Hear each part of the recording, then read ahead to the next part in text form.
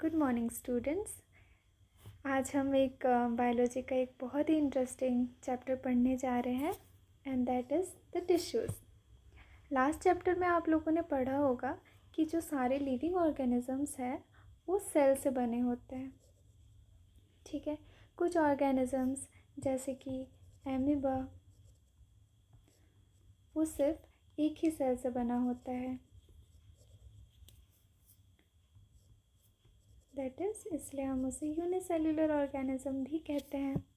ठीक है, और एज यू नो कि वो एक ही सेल से बना होता है तो वही मूवमेंट भी करता है, फूड भी लेता है।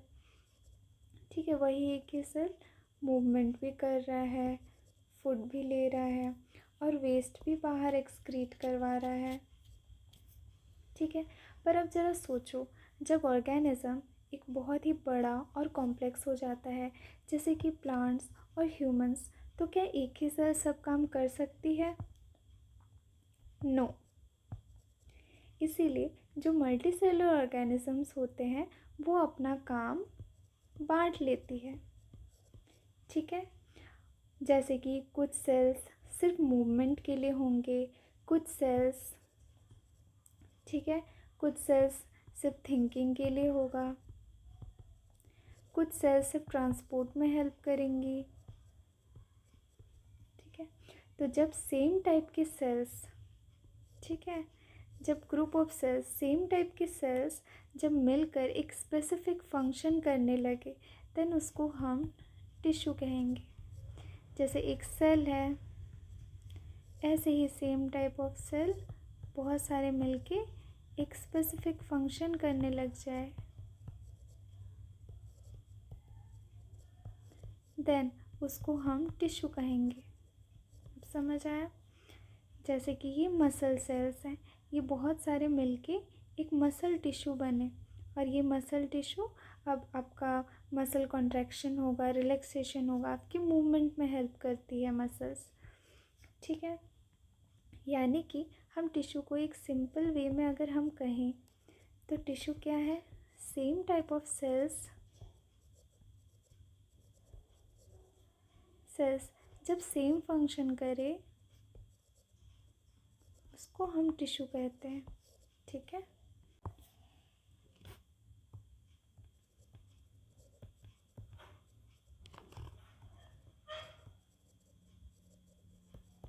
सोचो, अगर एक स्टूडेंट को पढ़ाई भी करनी हो, सफाई भी करनी हो और टीचिंग भी, ये इम्पॉसिबल है, राइट?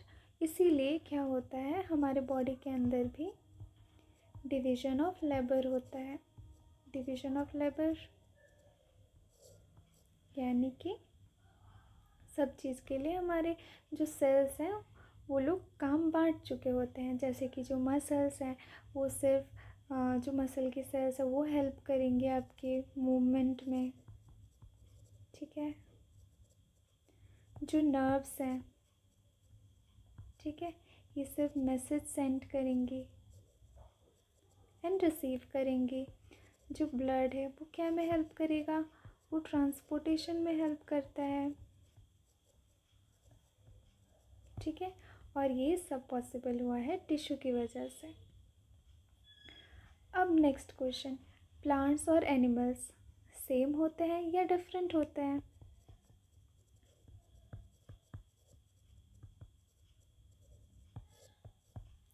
प्लांट्स और एनिमल्स दोनों ही मल्टी सेल्यूलर हैं, राइट?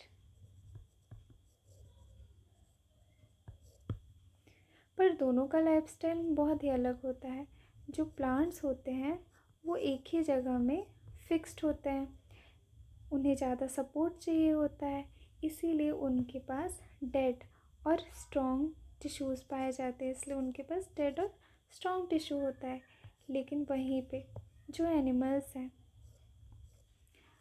वो एक जगह से दूसरी जगह मूव करते हैं तो उन्हें ज़्यादा एनर्जी चाहिए, इसलिए उनके पास living and active tissue present होता है उनके बॉडी में।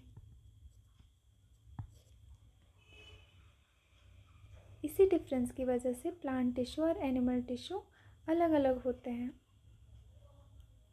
अब नेक्स्ट पार्ट में हम जानेंगे कि कितने टाइप्स के टिश्यूज़ होते हैं।